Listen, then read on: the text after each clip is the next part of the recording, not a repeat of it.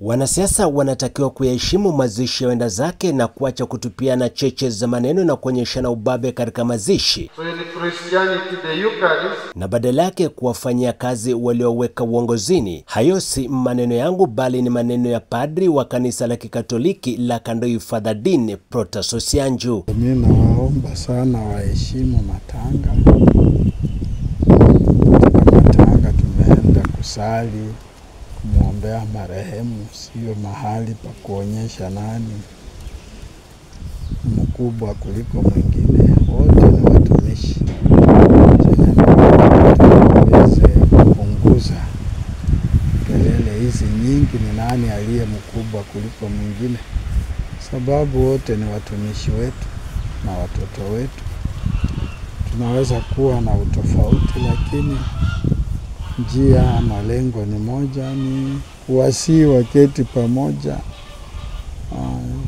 Katika kila nyumba kuwezi kukosa jambo, lakini suluhisho ni kuketi pamoja na kujadiliana, hata tukiwa na utofauti, lakini uelewano unaweza kuwa. Akizungumza katika misa ya Jumatano ya Majivu, Father Dean Protas Osianju ameitaka serikali kuingilia kati na kuimarisha utata unaoshuhudiwa katika sekta ya afya, hususan katika huduma ya SHA. Lazima tuende na matumaini.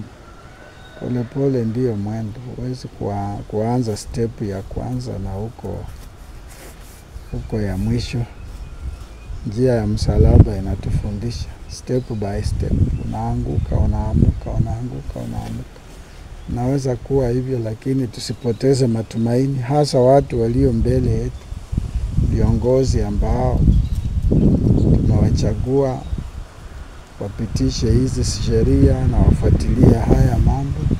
Ndio wako katika nafasi nzuri ya kufuatilia na kuchunguza kuliko hao kulia mbele ya wananchi. Sasa wananchi nasi tutalia na mwaka.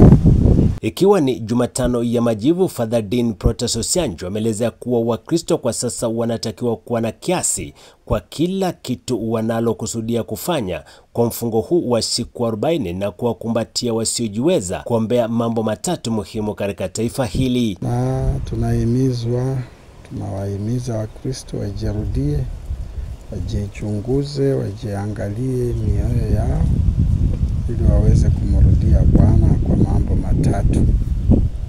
Jambo la kwanza, kutenda mema ama charitable works. Jambo la pili ni sala. Jambo la tatu ni kufunga. Haya yote ni kwa ajili ya kukumbuka mateso ya Kristo na kuunganisha na wenzetu wasiobahatika katika jamii. Sasa mwaka huu wa jubilei kuwapa moyo wa matumaini.